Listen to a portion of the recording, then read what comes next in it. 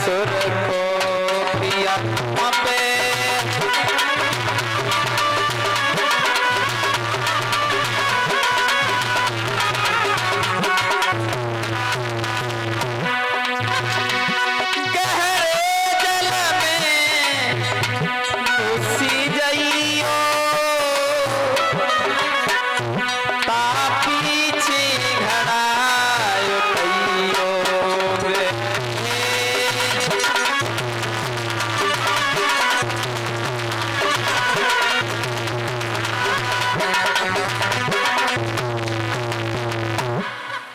कि गहरे में घुस जा गढ़ा उठ जाएगा तनिक सहारा पानी को लग जाएगा। महाराज मैं आपके हाथों से गढ़ा और नहीं उठवा सकती हूँ लेकिन युक्ति अवश्य बता सकती हूँ। अब थोड़े से गहरे जल में घुस जाओ तनिक सहारा पानी को ले जाएगा गढ़ा सहज उठ जाएगा। कहने लगे हैं महारानी कोई बात नहीं है यदि आपने हमारा गढ़ा नहीं उठवाया। खैर समय समय पर कार्य सबको पड़ता है, इस पृथ्वी पर आया है जो भी उसे हर इंसान से कार्य पड़ता है। रानी तारा चली गई। इधर में हरिश्चंद्र उस गढ़ा को लेकर के जैसे तैसे उठाया चले, आगे एक गड्ढे पर लगी और वो गढ़ा फूट गया। रीते हाथों और कालू मेहतर के दरवाजे पर पहुंचे हैं और कहने लगा है कालू मेहतर क्यों रिया गढ़ा कहां कर आया? गढ़ा फूट गया। अरे इस तरह से गढ़ा फोड़ोगे तो हम कहां से ला करके देंगे तुम्हें? एक बात बताओ, इतने थके हुए क्यों नजर आ रहे हो? तुम खाना नहीं खाते हो? काहे की? एकदम से कहने लगे महाराज आपने खाना नहीं खाया है। राशन की दुकान पर जाकर पूछा महाराज ये तुमसे कितने दिन भोजन लेकर ही गया था? बोले ज्यादा नहीं 3 दिवस भोजन लेके गया, उसके बाद कोई भोजन लेने के लिए नहीं आया।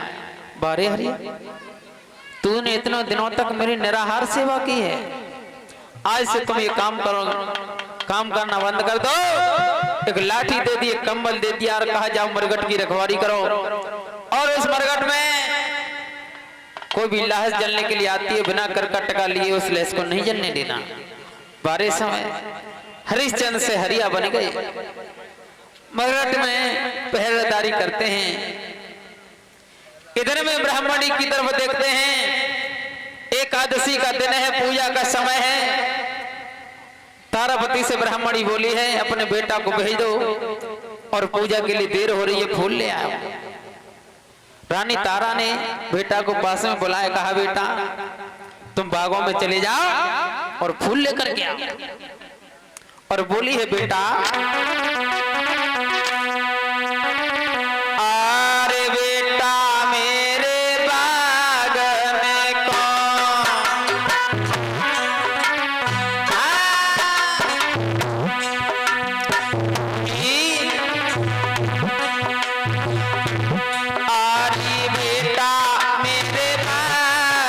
में कौन तुम जइयो रे लाला मेरे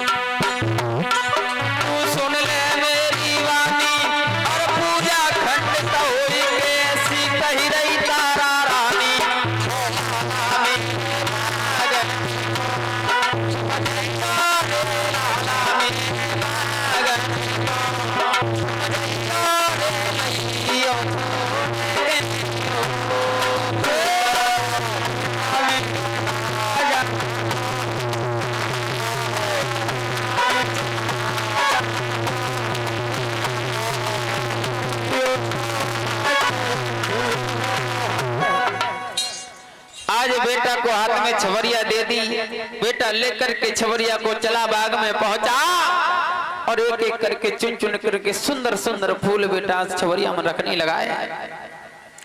विश्वामित्र एक सर्प का रूप बनाकर एक सुंदर से फूल में जाकर के बैठ जाते हैं।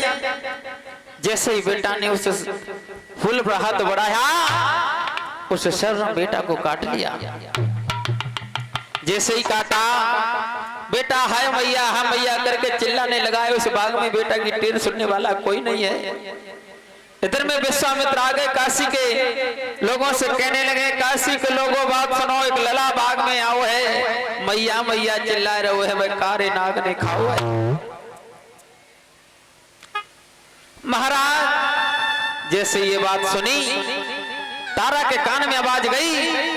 तारा ब्राह्मण से कहने लगे मैया मेरा ही बेटा बाग में फूल लेने के लिए गया था, मुझे लगता है मेरे बेटा कोई सांप ने डस लिया है। ब्राह्मणी कहने लगे तेरो बेटा अकेलो ना है, गांव में बहुत से ललाए, आज सवर्ण के यहाँ पूजा है, ऐसा कर पहले काम कर लो उसके बाद में देखना।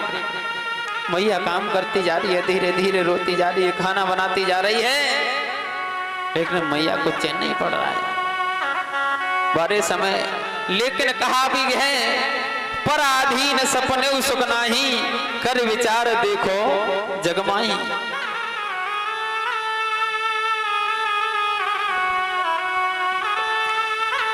दूसरे के ऊपर अधीन होकर के सपनों में भी सुख नहीं मिलता है। यदि खुद की जेब में ताकत है तो सर्व सुख मिल सकता है। आज मैया रोती जा रही है, रुधन मचा रही है, खाना बनाती जा रही है, खाना बनाकर एक बर्तन को मांजा, कहा मैया अब मैं चली जाऊं। ब्राह्मणी कहने लगी चली जा और जल्दी लौट करके आने, क्योंकि मैंने तुझे पैसों से खरीदा है, जल्दी अपने बेटा को लेकर के आ। आज मैया भागती जा रही है, बागों में पहुंची है